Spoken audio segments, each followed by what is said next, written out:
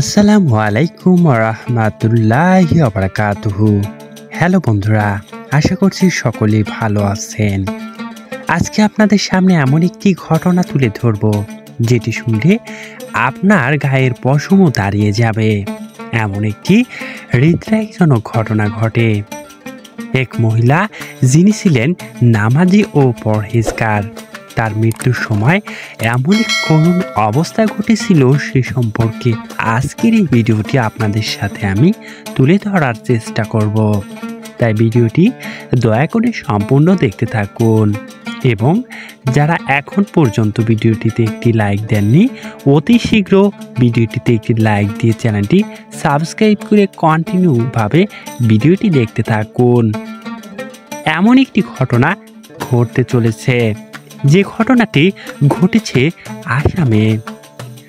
একজন পরহেজগার মহিলা যিনি প্রতিদিন দৈনন্দিনভাবে ৫ ওয়াক্ত সালাত আদায় করে মহান আল্লাহ রাব্বুল আলামিনের কাছে ফরিয়াদ করত। তারই মৃত্যুর সময় এমনই ঘটনা ঘটে যেটি কখনো ঘটার কথা ছিল না।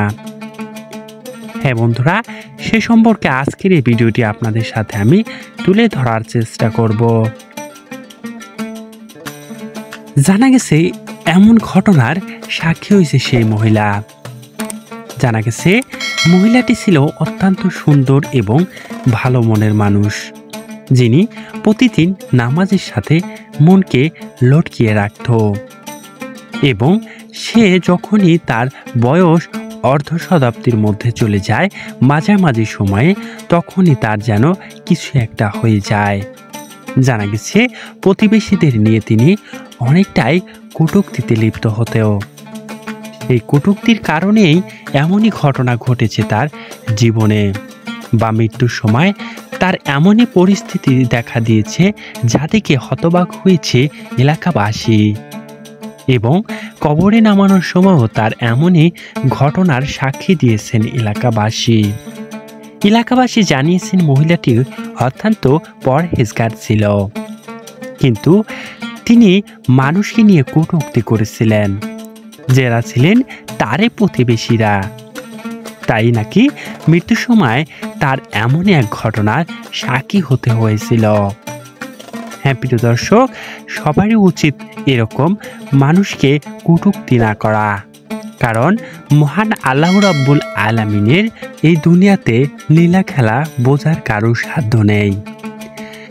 ইসলামের দৃষ্টিতে মারাত্মক কবিরা গুনাহ, যে গুনাহটি মাফ হওয়ার নয়। মুমিন নারীর বিরুদ্ধে মিথ্যা অপবাদ দিলে যে শাস্তি, এটি শাস্তিযোগ্য অপরাধ। মুমিন বা নিষ্পাপ নারীকে বিনা অপরাধে মিথ্যা অপবাদ দেয়া। জানা গেছে ওই মহিলাটি এই কাজ করেছিল। তার জন্য শরীয়তের কর্তৃত্বে শাস্তি হলো ৮০টি বেদাঘাত করা। যেহেতু দেশের শরিয়ার আইন কার্যকরী না হওয়ায় মূলত এমন ঘটনা ঘটে।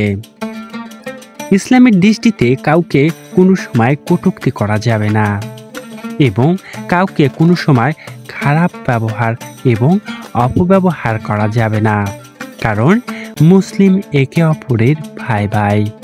তাই সকলেই একসাথে মিলেমিশে ইসলামকে সুন্দরভাবে প্রতিষ্ঠা করতে হবে, যেটির ব্যাপারে মহিলাটি ছিল অত্যন্ত ভীরু, কিন্তু পরবর্তীতে এসে তারই কপালে এমন একটি ঘটনা ঘটবে তা কখনোই সে জানতে পারেনি। হ্যাঁ প্রিয় দর্শক, ভিডিওটি এমনই ঘটেছিল। আজকের ভিডিওটি এ পর্যন্তই ছিল।